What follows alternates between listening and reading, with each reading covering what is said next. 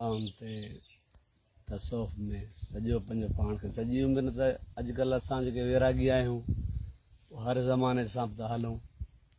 सोडल साईं जी माना असां जीअं ॾिठो 88 खां वठी असांजी विराग में आहे। 93 खां वठी सोडल साईं सां असांजो पेवंद हुयो।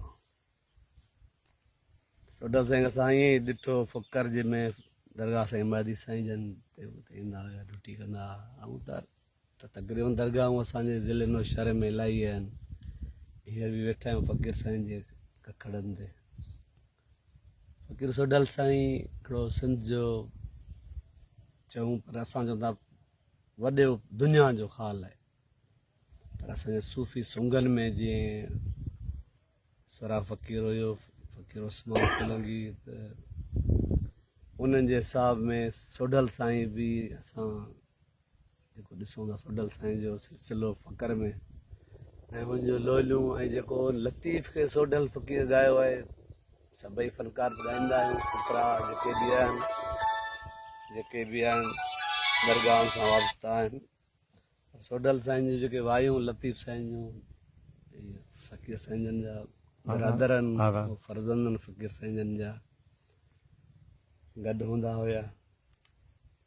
मुंहिंजी अहिड़ी हिकिड़ी आजिज़ी ॿोली ऐं कुदरती रब साईं जे तरफ़ां मिठास हुई जो कहिड़े बि ॿोल खे ॻाईंदो, काफ़ी हुजे कलाम हुजे, पर हुन सां ईअं माना ॼण हुन गहराई थी वेंदी सोडल साईं जी, ऑटोमेटिक माना उहा कैफ़ियत पैदा थी वेंदी।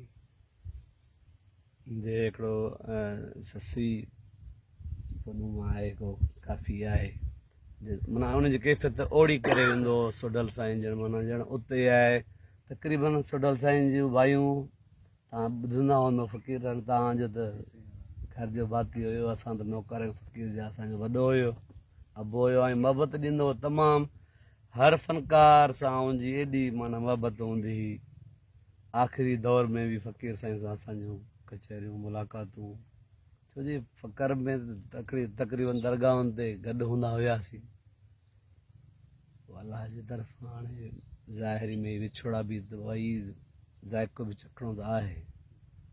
पोइ जेसीं ताईं आहियूं चूड़ो पाणी आहे पिया हलंदासीं, जंहिं महिल टाइम टेबल पूरो थियो त पोइ त आख़िर फना अलाह साईं फ़कीर साईं जे बचनि खे ख़ुशि रखंदो हुनजे कखड़नि ते मौला आबाद कंदो। असां कहिड़ी ॻाल्हि कयूं सोडल साईं जी हुनजी जेका शख़्सियत आहे, तमामु फ़क़ीर माण्हू हुयो, फ़क़ीर तबियत इंसानु कचहरनि ते ईंदो हुयो।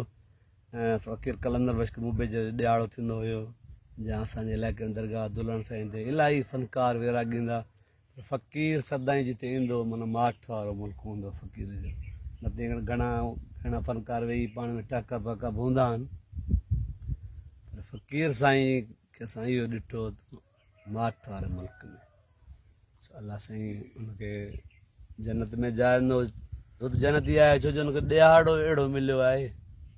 हिन लाइ पीर पैगम्बर पीर सिकंदा आहिनि तीअं तारीख़ूं मिलनि असांखे। 10 जो ॾींहुं ऐं 11 जी राति शाम ग़रीब, हिन खां वधीक ॿी कहिड़ी महिरबानी थिए। असां चवंदा फ़क़ीर साईं मौला हुसैन पंहिंजे हुनखे पंहिंजे सुंग में ई पाण सां गॾायो, हुनखां पुछण जी माफ़न हू जन्नती आहे फ़क़ीर।